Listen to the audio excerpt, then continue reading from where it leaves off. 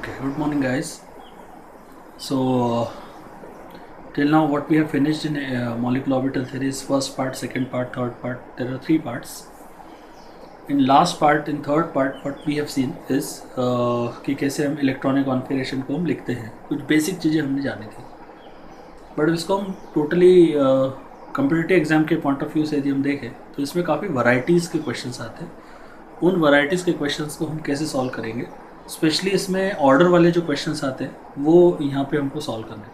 और कुछ आपको मैं ट्रिक्स बताऊँगा, कुछ इस वीडियो में हम एक्सेप्शंस भी शेयर करेंगे इस केस में, और कुछ इंपॉर्टेंट ऑर्डर जो आपको डायरेक्टली याद रखने हैं ताकि एमसीक्यू आपके अच्छी तरह से सॉल्व हो जाए. तो ऑर्डर वाले क्वेश्चन देखते हैं मेरे पास. यहाँ पे मान लो कि हमको इस तरह से O2 प्लस O2 माइनस और O2 माइनस, ऐसे चार हमारे ऑक्सीजन की स्पीशीज़ है. तो हमको जो एमसीक्यूज़ का जो पैटर्न है उसके हिसाब से हम देखें तो ये काफ़ी एक इम्पॉर्टेंट क्वेश्चन है. इन चारों स्पीशीज़ का हमको बॉन्ड ऑर्डर का ऑर्डर पूछते हैं, स्टेबिलिटी का ऑर्डर पूछते हैं, बॉन्ड लेंथ का ऑर्डर पूछते हैं, मैग्नेटिक कैरेक्टर के बारे में इनका पूछते हैं. तो ये चारों का जो कंपैरिजन है, चारों मॉलिक्यूल्स का या मॉलिक्यूलर आयंस का, तो ये कंपैरिजन के ऊपर से क्वेश्चंस आते हैं. तो इसके लिए सबसे पहले हम क्या करते हैं, इनके डिटेल्स पूरी निकालेंगे. और डिटेल्स निकालने के लिए हम यहाँ पे कुछ ट्रिक्स भी यूज़ करेंगे, स्पेशली बॉन्ड ऑर्डर निकालने के लिए. तो यहाँ पे यदि आप देखते हो तो इसको थोड़ा सा अपन नीचे लिख लेते हैं ताकि ऊपर अपन हेडिंग डाल सकें. तो यहाँ पे होगा मे बी O2 प्लस इफेंटेक. ओके, और इसको भी थोड़ा सा नीचे लेके आते हैं, दैट इज. तो यहाँ पे हम देखते हैं कि इसमें जो टोटल इलेक्ट्रॉन्स वो कितने हैं. तो ऑक्सीजन मॉलिक्यूल में हमको कितने हैं कि ऑक्सीजन का जो एटॉमिक नंबर है वो है कितना, 8. तो दो ऑक्सीजन एटम्स जो होंगे उनमें 16 इलेक्ट्रॉन्स होंगे. तो यहाँ पे 16 इलेक्ट्रॉन्स हमने यहाँ पे ले लेंगे. ओके ना, इसमें 16 होंगे तो इसमें कितने होंगे, तो यहाँ पे +1 है. प्लस होने का मतलब है कि एक इलेक्ट्रॉन कम करने से पॉजिटिव चार्ज आएगा. तो यहाँ पे जो इलेक्ट्रॉन्स होंगे फिर वो कितने होंगे, 3 होंगे. यहाँ पे इसके कंपैरिजन में एक नेगेटिव चार्ज एक्स्ट्रा है तो यहाँ पे 16 है, तो यहाँ पे इस इलेक्ट्रॉन का ऐड हो जाएगा तो 17 हो जाएंगे. और वैसे ही यहाँ पे कितने हो जाएंगे, 18. अब जनरली हमने जो लास्ट जो वीडियो था उसमें हमने कॉन्फ़िगरेशन लिख के बॉन्ड ऑर्डर निकाली थी, पर यहाँ पे हम कॉन्फ़िगरेशन बिना लिखे बॉन्ड ऑर्डर निकालेंगे. ओके, तो वो कैसे होता है, तो इसमें बॉन्ड ऑर्डर जो है वो आपकी कैसे निकलेगी.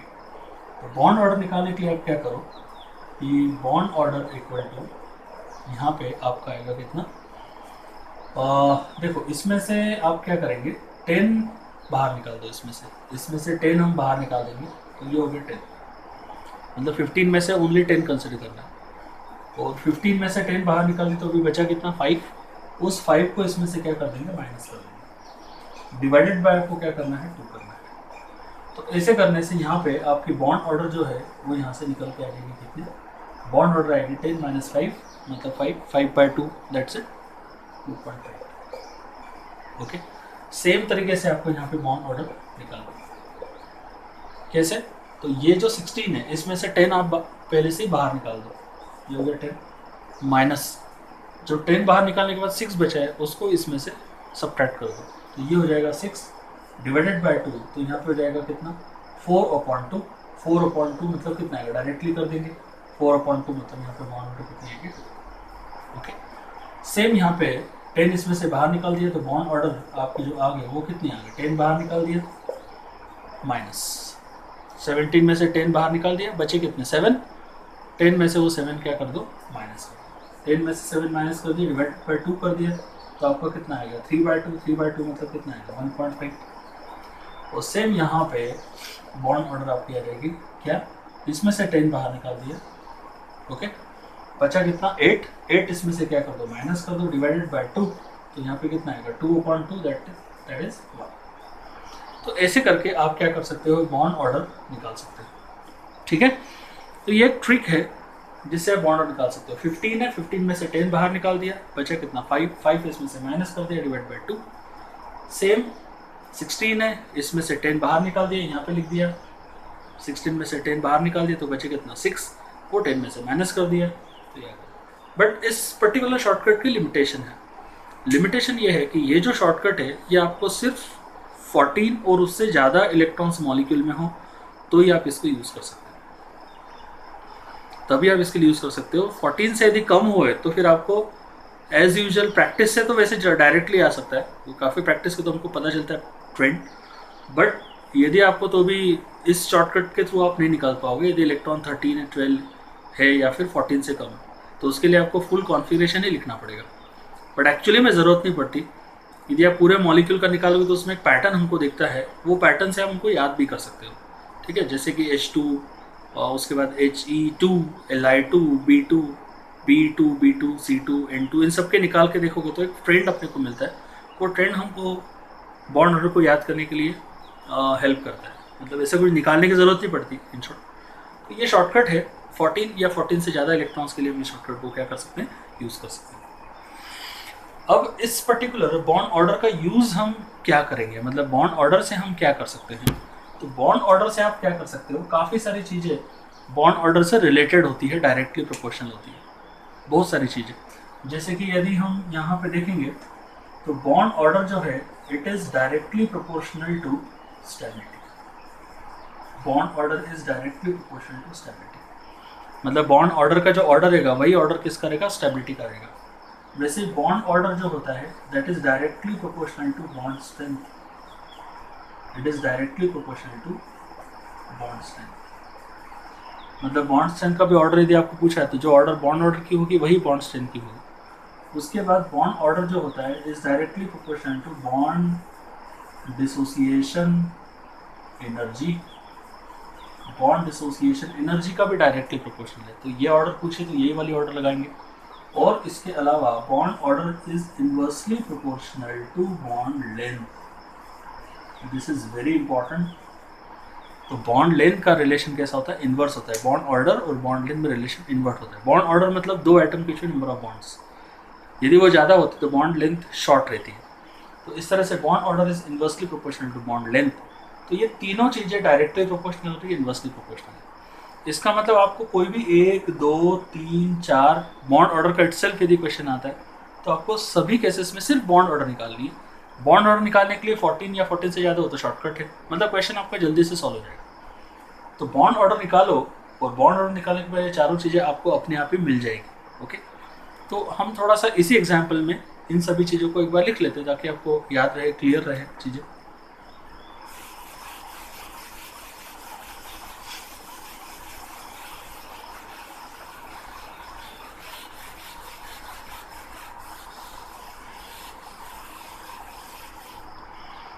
तो यहाँ पे बॉन्ड ऑर्डर जो है ये ऑर्डर क्या है इन चारों स्पीशीज़ में। तो O2 का जो है that is O2 plus, O2 minus, sorry O2 minus और O2 माइनस।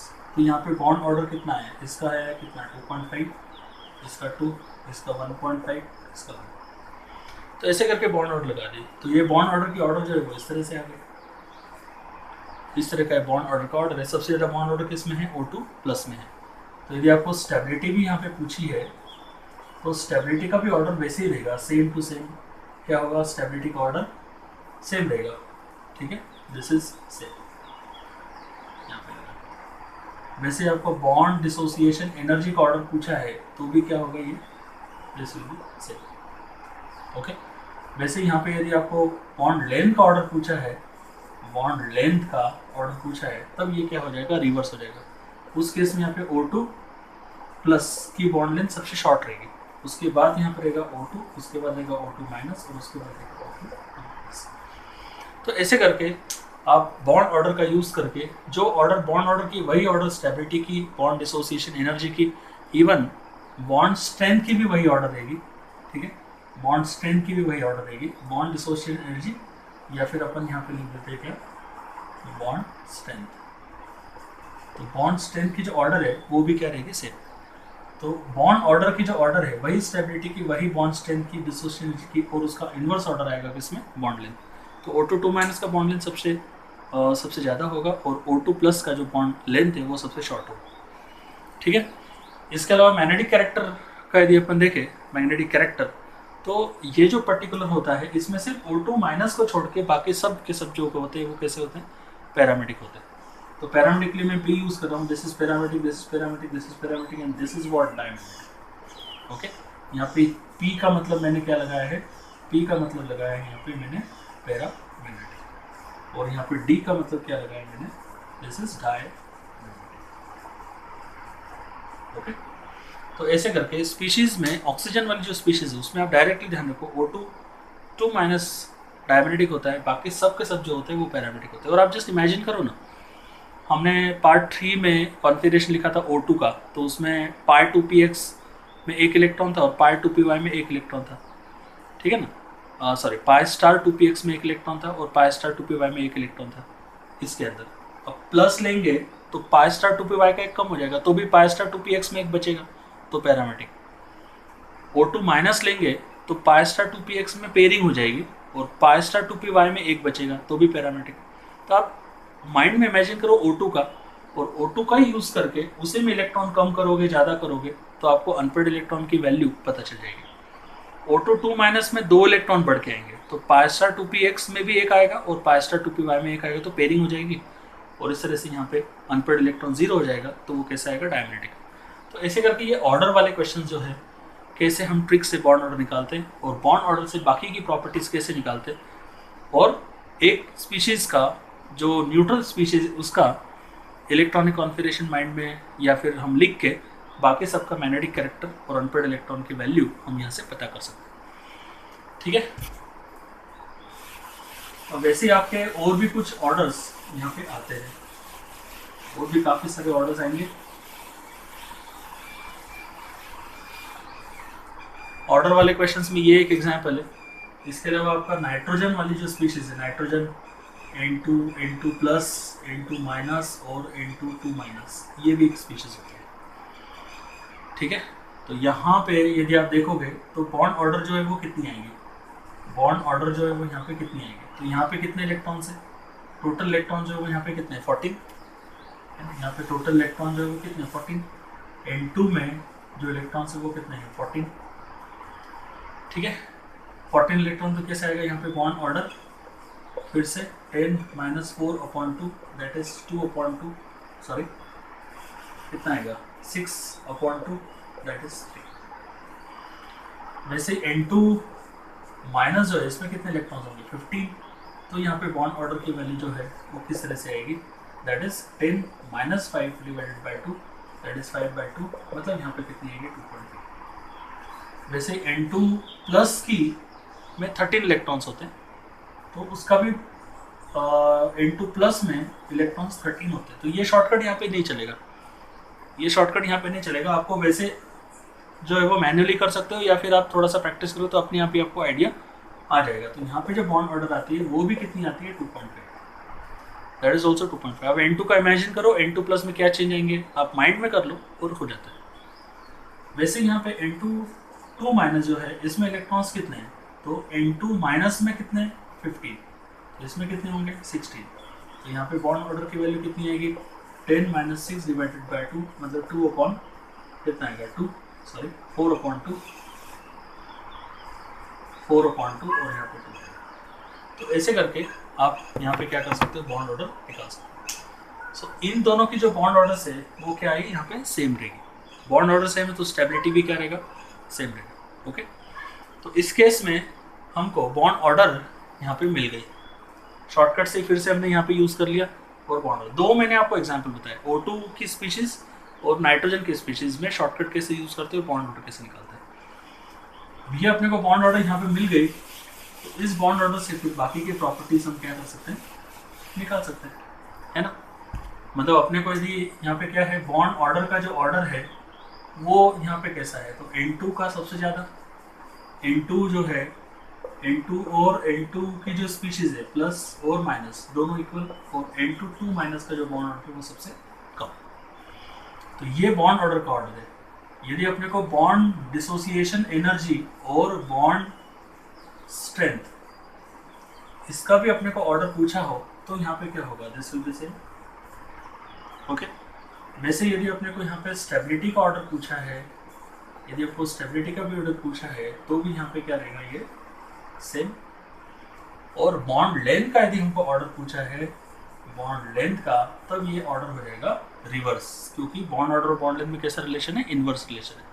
तो यहाँ पे N2 का बॉन्ड सबसे शॉर्ट और N2 प्लस और N2 माइनस और उसके बाद आएगा N2, ऐसे करके ही आएगा।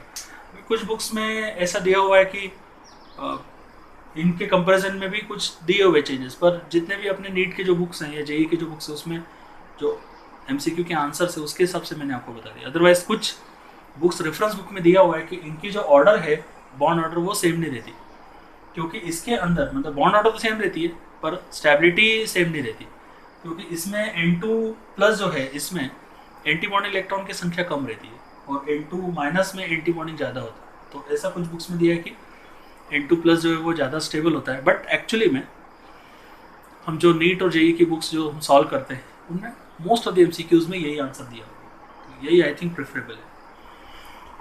तो अभी ये अपना यहाँ से निकल गया बॉन्ड लेंथ, स्टेबिलिटी, ये 4 अपने क्वेश्चन है, इनफैक्ट ये चारों एमसीक्यूज हैं इनफैक्ट, तो ये अपने यहाँ पे सॉल्व हो गया। शॉर्टकट लगाया, सिर्फ N2 प्लस का आपको थोड़ा N2 के इमेजिनेशन से, आप N2 का इमेजिन करोगे तो N2 प्लस में आपको बॉन्ड ऑर्डर अपने आप ही पता चल जाएगी।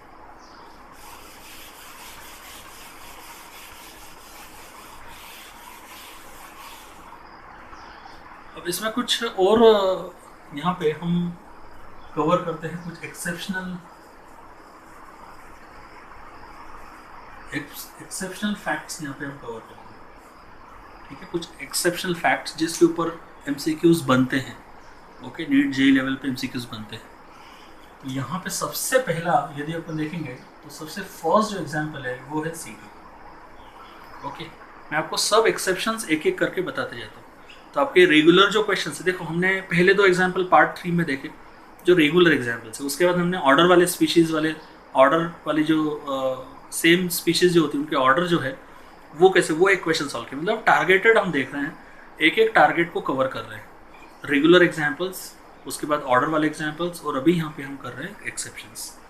तो यहाँ पे C2 जो है इसमें टोटल इलेक्ट्रॉन कितने होंगे, तो इसका एटॉमिक नंबर कितना है, 6 है, तो यहाँ पे कितने होंगे, 12 इलेक्ट्रॉन्स हो जाएंगे, ओके। अब यहाँ पे जो 12 इलेक्ट्रॉन्स होंगे तो कॉन्फ़िगरेशन कैसा आएगा, sigma 1s2, sigma star 1s2, sigma 2s2, sigma star 2s2, ये हो गए कितने, 8 इलेक्ट्रॉन्स। उसके बाद यहाँ पे है पाई 2px2 equal to pi 2py, ये एग्जाम्पल्स होंगे। इस केस में यदि अपन देखें तो हम यहाँ पे मोस्ट ऑफ द केसेस में बॉन्ड भी जान सकते हैं कि पाई बॉन्ड होगा या सिग्मा बॉन्ड होगा। मैं आपको C2 के बाद N2 भी करके बताऊंगा इसको और अच्छे तरह से समझाने के लिए।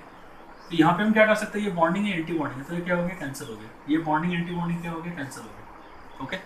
अब बचा यहाँ पे 2 इलेक्ट्रॉन और यहाँ पे 2 इलेक्ट्रॉन, ये 2 इलेक्ट्रॉन एक पाई बॉन्ड बनाएंगे, ये 2 इलेक्ट्रॉन एक पाई बॉन्ड बनाएंगे। तो आप जस्ट इमेजिन करो कि C2 मॉलिक्यूल जो है इसमें डबल बॉन्ड आएगा और दोनों डबल बॉन्ड क्या रहेंगे, पाई बॉन्ड। स्ट्रेंज एग्जाम्पल है, स्ट्रेंज।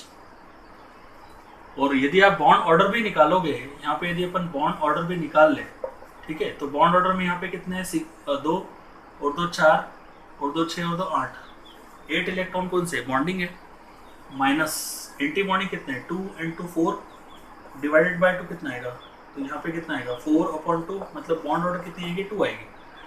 तो बॉन्ड ऑर्डर यहाँ पे 2 है, पर यहाँ पे जो एक्सेप्शनल फैक्ट जो है वो ये है कि हम इस एक्टिविटी को करके पता कर सकते हैं कि वो जो बॉन्ड ऑर्डर 2 है, मतलब जो 2 बॉन्ड्स है वो कौन से हैं। तो यहाँ पे सिग्मा बॉन्ड नहीं है, पाई बॉन्ड है दोनों। A very strange one. Generally यदि हम केमिस्ट्री का रूल देखें तो अलोन पाई बॉन्ड एग्जिस्ट नहीं करता, एक सिग्मा रहता है और एक पाई रहता है, या फिर एक सिग्मा और 2 पाई रहते हैं, मतलब सिग्मा की प्रेजेंस में पाई बॉन्ड फॉर्म होते हैं और पाई बॉन्ड स्टेबल रहते हैं। आपने कभी ऐसा कोई मॉलिक्यूल नहीं देखा जिसमें अलोन पाई बॉन्ड हो एक्सेप्ट दिस वन। तो ये जो एग्जाम्पल है इसमें C2 का एग्जाम्पल बहुत ही इंपॉर्टेंट है, जिसमें दोनों ही पाई बॉन्ड है। तो ये एक्सेप्शनल एग्जाम्पल है बिकॉज इसमें सिग्मा बॉन्ड की एब्सेंस में पाई बॉन्ड प्रेजेंट है, दोनों पाई बॉन्ड। तो ऐसे करके कॉन्फिगरेशन निकाला, बॉन्ड ऑर्डर आपने दिखा ली 2, और ये 2 बॉन्ड ऑर्डर में जो डबल बॉन्ड्स है वो कौन से हैं, सिग्मा है या पाई है, ये हमने जानने के लिए ये एक्टिविटी की क्रॉस वाली अब यही एक्टिविटी आप क्या कर सकते हो नाइट्रोजन और बाकी में भी अप्लाई कर सकते हो, पर थोड़ा सा आपको मेच्योरनेस इसमें चाहिए, क्योंकि कभी एंटी बॉन्डिंग हो तो क्या करना है। तो आई प्रिफर कि ऐसा ज़्यादा करने की ज़रूरत नहीं है। मैं आपको एक एग्जांपल शो करके वहाँ पे बंद कर दूंगा, ठीक है। ये एक चीज़ है।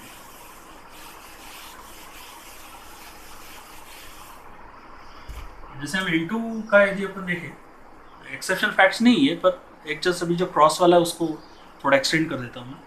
तो N2 जो है इसमें हमने देखा sigma 1s2, sigma star 1s2, sigma 2s2, sigma star 2s2, ये हो गया। और उसके बाद क्या है, पाई 2px2 equal to pi 2py2 और सिग्मा 2pz2। चलो वही एक्टिविटी यहाँ पे करके देखते हैं। तो यहाँ पे bonding anti bonding cancel, bonding anti bonding cancel. और अब मुझे बताओ कि यहाँ पे क्या बना। तो ये 2 इलेक्ट्रॉन जो है सिग्मा में, ये सिग्मा बॉन्ड बनाएंगे एक, और ये जो 2 इलेक्ट्रॉन ये बनाएंगे पाई बॉन्ड, ये 2 इलेक्ट्रॉन बनाएंगे पाई बॉन्ड, ठीक है। मतलब नाइट्रोजन मॉलिक्यूल जो है इसमें नाइट्रोजन के बीच में कितने बॉन्ड्स है, ट्रिपल बॉन्ड है। तो इसमें एक क्या रहेगा सिग्मा और 2 क्या रहेंगे। सो माय डियर फ्रेंड्स, इस तरह से आप क्या कर सकते हो, आप ये क्रॉस वाली जो एक्टिविटीज़ है, बॉन्डिंग एंटी बॉन्डिंग जो होते हैं सेम स्पीशीज के, 1s का ही बॉन्डिंग और 1s का एंटी बॉन्डिंग नलीफाई हो जाएगा, और इस तरह से बचे हुए जो है ये अपने यहाँ पे हो जाते हैं, ठीक है। आप इसको O2 में अप्लाई करके थोड़ा सा आप मेच्योर्डनेस शो करो, O2 में अप्लाई करो, देखो क्या होता है। थोड़ा सा इजी नहीं है वो एग्जाम्पल, आप करके ट्राई करके देखो। इसमें ये हो गया एक नाइट्रोजन का एग्जाम्पल। तो अभी अपन फिर से अपने ट्रैक पे जाते हैं, एक्सेप्शनल एग्जाम्पल्स के ट्रैक पे। तो यहाँ पे जो सेकंड एग्जाम्पल मैं आपको बता रहा हूँ वो है CO। CO जो है वो है हेट्रो एटॉमिक मॉलिक्यूल, ठीक है, hetero atomic molecule. Hetero atomic का मतलब होता है कि यहाँ पे अपने 2 एटम्स है जो कि दोनों डिफरेंट है। अभी N2, O2, F2, Ne2 ये सब कैसे होमो एटॉमिक मॉलिक्यूल्स है, क्योंकि मॉलिक्यूल में दोनों एटम सेम है। यहाँ पे दोनों एटम अलग है तो इसको हेट्रो एटॉमिक मॉलिक्यूल बोलेंगे। तो इस केस में टोटल जो इलेक्ट्रॉन्स है वो यहाँ पे कितने हैं, ये तो आइसोइलेक्ट्रॉनिक है नाइट्रोजन के जैसा, तो वैसे ही आएगा इसमें। कितने इलेक्ट्रॉन्स यहाँ पे 6 + 8 मतलब कितना आएगा 40। बट इसका जो कॉन्फ़िगरेशन है वो थोड़ा सा अलग तरीके से हम लिखते हैं। इसमें इस तरह से आता है कि sigma 1s2, sigma star 1s2, sigma 2s2। अब यहाँ पे जो सिग्मा स्टार 2s2 वो एकदम से आगे जाता है, क्योंकि कार्बन और ऑक्सीजन जो है वो हेट्रो एटम से, इनमें इंटरेक्शन इस नेचर का हो जाता है कि सिग्मा स्टार 2s जो है उसकी एनर्जी बहुत ही ज़्यादा बढ़ जाती है, इसलिए यहाँ पे वो नहीं आएगा, यहाँ से वो निकल जाएगा, ठीक है। यहाँ पे आना चाहिए, वो यहाँ से नहीं रहेगा। तो इसके बाद क्या आएगा, पाई 2px2 इक्वल टू क्या होगा, पाई 2py2, ओके। इसके बाद आएगा सिग्मा 2pz2, उसके बाद आएगा सिग्मा स्टार 2s2। तो ऐसे करके यहाँ पे 2, 4, 6, 8, 10, 12 और 14, ये 14 इलेक्ट्रॉन अपने यहाँ पे कवर हो, ओके। तो ये एक एक्सेप्शनल एग्जाम्पल हमने यहाँ पे देखा। अब इसमें एक चीज़ स्ट्रेंज है कि यहाँ पे यदि हम बॉन्ड ऑर्डर निकालेंगे तो फर्क नहीं पड़ेगा, बॉन्ड ऑर्डर इसमें कोई फर्क नहीं पड़ेगा, पर इससे बनने वाली स्पीशीज में फर्क पड़ जाएगा। अब जैसे यहाँ पे अपन निकाले बॉन्ड ऑर्डर, तो यहाँ पे नंबर ऑफ बॉन्डिंग इलेक्ट्रॉन कितने हैं, 2 और 2 4 और 2 6 और 2 8 और 2 10, तो 10 बॉन्डिंग इलेक्ट्रॉन है, 2 और 2 4, ये हो गए anti bond electron divided by 2, मतलब कितना आएगा 6/2, मतलब कितना आएगा 3 मतलब नाइट्रोजन इस पर्टिकुलर में CO में कितने बॉन्ड्स है, ट्रिपल बॉन्ड्स है, ठीक है। तो अब यहाँ पे ट्रिपल बॉन्ड आएगा, CO+ का हम यहाँ पे निकालेंगे, ये एक एग्जांपल हो गया। CO+ के केस में निकालेंगे CO+। अब CO+ के केस में क्या करना पड़ेगा बताओ। CO+ के केस में एक इलेक्ट्रॉन हम यहाँ से कम करेंगे, सिग्मा स्टार 2s2 से। अब देखो यदि ये रेगुलर एग्जांपल होता है, ये यहाँ पे होता है, ये चीज यहाँ पे होती, तो CO+ में हमको क्या करना है, CO से CO+ बनाए तो एक इलेक्ट्रॉन कम करना है। तो यदि ये रेगुलर तरीके से अब लिखा हो, यदि मान लो किसी को पता नहीं हो तो वो रेगुलर तरीके से लिखेगा, और इलेक्ट्रॉन कहाँ से कम करेगा, यहाँ से कम करेगा, बॉन्डिंग इलेक्ट्रॉन कम करेगा। जब बॉन्डिंग इलेक्ट्रॉन कम हो जाएगा तो बॉन्ड ऑर्डर कम हो जाएगी, 2.5 आएगी, पर 2.5 गलत है, 2.5 गलत है, एक्चुअली इसका आंसर 3.5 है। तो यदि आपको पता नहीं होगा तो आपकी बॉन्ड ऑर्डर 2.5, आपको पता ही नहीं चलेगा कि आपका रॉन्ग हो गया। तो इसीलिए सिग्मा स्टार 2s जो है इसकी एनर्जी यहाँ पे ज़्यादा होती है, सबसे ज़्यादा होती है, इससे भी ज़्यादा होती है। तो यहाँ आ गया। अब आप CO प्लस जब बनाओगे तो यहाँ से इलेक्ट्रॉन कम नहीं करोगे, ये सबसे हाईएस्ट एनर्जी का, यहाँ से इलेक्ट्रॉन कम करोगे। तो अब इसका जो कॉन्फिगरेशन है वो कैसा आएगा, यहाँ से एक इलेक्ट्रॉन कम, sigma 1s2, sigma star 1s2, sigma 2s2, sigma star 2s2 और सॉरी सिग्मा स्टार 2s2 यहाँ नहीं आएगा। उसके बाद क्या है, पाई 2px2 equal to pi 2py2 और sigma 2pz2 and sigma star 2s1। CO plus के लिए एक इलेक्ट्रॉन कम कर दिया आपने। अब एक इलेक्ट्रॉन कम कर दिया तो यहाँ पे Nb की वैल्यू कितनी आ गई, यहाँ पे Nb की वैल्यू जो है वो कितनी है 10, Na की वैल्यू कितनी है, तो यहाँ पे 2 और एक 3 ही है बस, है ना। Na की वैल्यू 3 आ गई। और अब आप क्या करो, इसका बॉन्ड ऑर्डर निकाल के देखो। इसका जो बॉन्ड ऑर्डर है वो यहाँ से आप निकाल के देखो। बॉन्ड ऑर्डर जो है वो कितना आएगा, यहाँ पे कितना है 10 -3 डिवाइडेड बाय 2 मतलब 7/2 दैट इज 3.5। स्ट्रेंज बात है 3.5। देखो CO प्लस एक एक्सेप्शनल एग्जाम्पल है, जनरली बॉन्ड ऑर्डर 3 ही रहती है, 4 तो कभी नहीं रहती। 3.5 रेयर CO प्लस एग्जाम्पल में। तो यहाँ पे आएगा आपका बॉन्ड ऑर्डर कितना 3.5। तो अब आप देखो यदि रेगुलर तरीके से सॉल्व करोगे, मान लो इसको यहाँ पे ले लोगे तो यहाँ से एक इलेक्ट्रॉन कम हो जाएगा, बॉन्डिंग कम हुआ, एक इलेक्ट्रॉन बॉन्डिंग का कम तो बॉन्ड ऑर्डर 0.5 से डिक्रीज होती है, तो यहाँ पे 2.5 आना चाहिए। तो एक्सेप्शनल एग्जाम्पल है 3.5 बॉन्ड ऑर्डर होती है।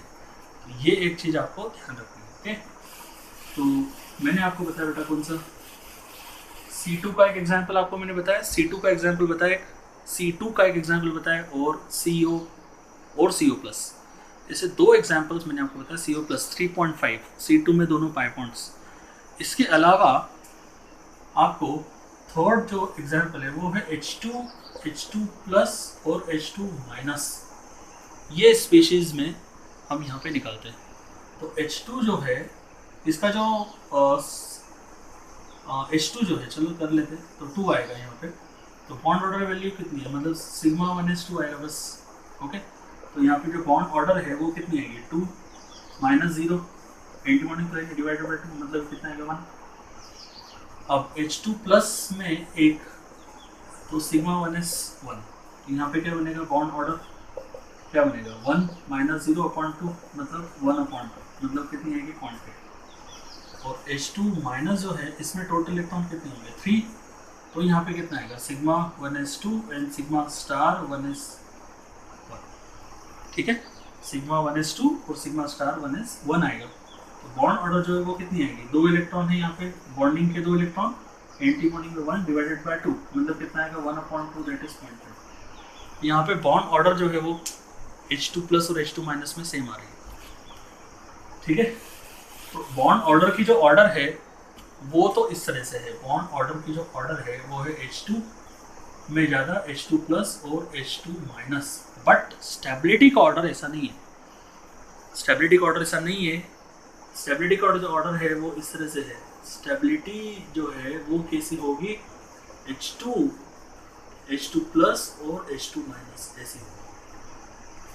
और इसका रीज़न क्या है, इसका रीज़न है कि H2 माइनस में एंटी बॉन्डिंग में एक इलेक्ट्रॉन है, वो इलेक्ट्रॉन H2 प्लस में नहीं है, और एंटी बॉन्डिंग में इलेक्ट्रॉन होने से रिपल्शन होता है और मॉलिक्यूल की स्टेबिलिटी कम हो जाती है, इसलिए ये एक चीज़ आएगी एक्सेप्शनल केस। ओके, तो ऐसे करके ये एक ऑर्डर हमने यहाँ पे जान लिया। बहुत इंपॉर्टेंट 3 एग्जाम्पल, इनफैक्ट ये 3 मोस्ट इंपॉर्टेंट MCQs है as far as JEE and NEET is concern.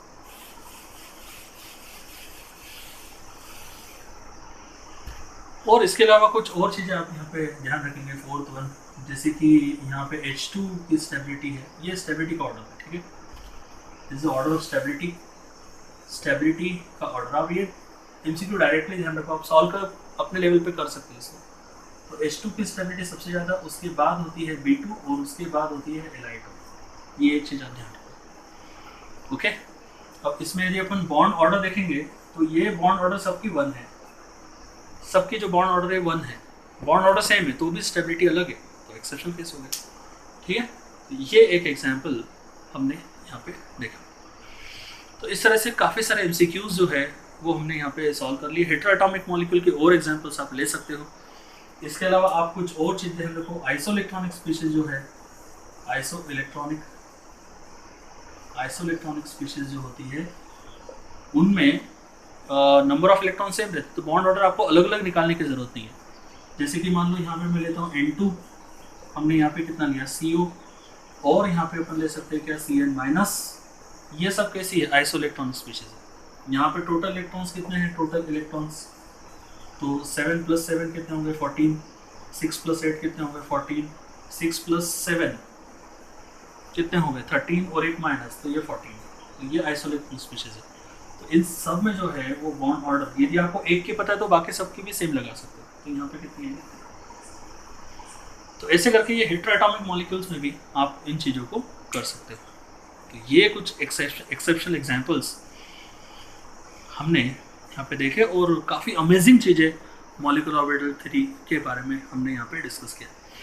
इसके अलावा कुछ और छोटे मोटे पॉइंट्स है, आई थिंक वो जो पॉइंट्स है वो आप अभी पढ़ सकते हो। NCERT वैसे ही जनरली क्वेश्चंस आते हैं, और आप MCQ जब सॉल्व करोगे तो और कुछ बातें आपको पता चल जाएगी। पर मेनली हमने जो ब्रॉड इसका जो कंसेप्ट है वो हमने डिस्कस कर लिया, रेगुलर एग्जाम्पल्स डिस्कस किए, एक्सेप्शनल एग्जाम्पल डिस्कस किए, काफ़ी चीज़ें हमारे यहाँ पे क्लियर हो गई।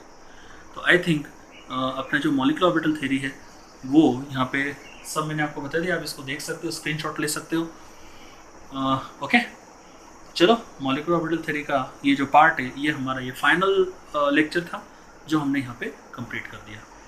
अगले हम लेक्चर्स में कुछ और कंसेप्ट केमिकल बॉन्डिंग के डिस्कस करेंगे, और उसमें काफ़ी डेप्थ में मैं आपको लेके जाऊँगा JEE और CET पॉइंट ऑफ व्यू से, ताकि आपके कंटेंट जो है वो यदि हमारा इनऑर्गेनिक का स्ट्रॉन्ग होता है तो बस कंटेंट स्ट्रॉन्ग हो तो MCQ में ज़्यादा प्रॉब्लम्स नहीं आते, क्योंकि MCQ में बहुत ही कम ऐसे अलग तरह के MCQ आपको दिखेंगे। पर आपका कंटेंट क्लियर होना चाहिए, नोट्स आपके पास बहुत अच्छे होना चाहिए इसके इनऑर्गेनिक के। यदि आपके पास नोट्स है, परफेक्ट नोट्स हैं, तो most of the problems, most of the question आपके नीट में सॉल्व हो जाते हैं। ओके, तो चलो हम कोशिश करेंगे कि वीडियोज़ में सभी कंटेंट, फुल कंटेंट आपको मिल जाए, और बस ये वीडियोस देख के आप MCQ सॉल्व करते हो, मोस्ट ऑफ द MCQs आपके सॉल्व हो जाना चाहिए। चलो टिल देन टाटा।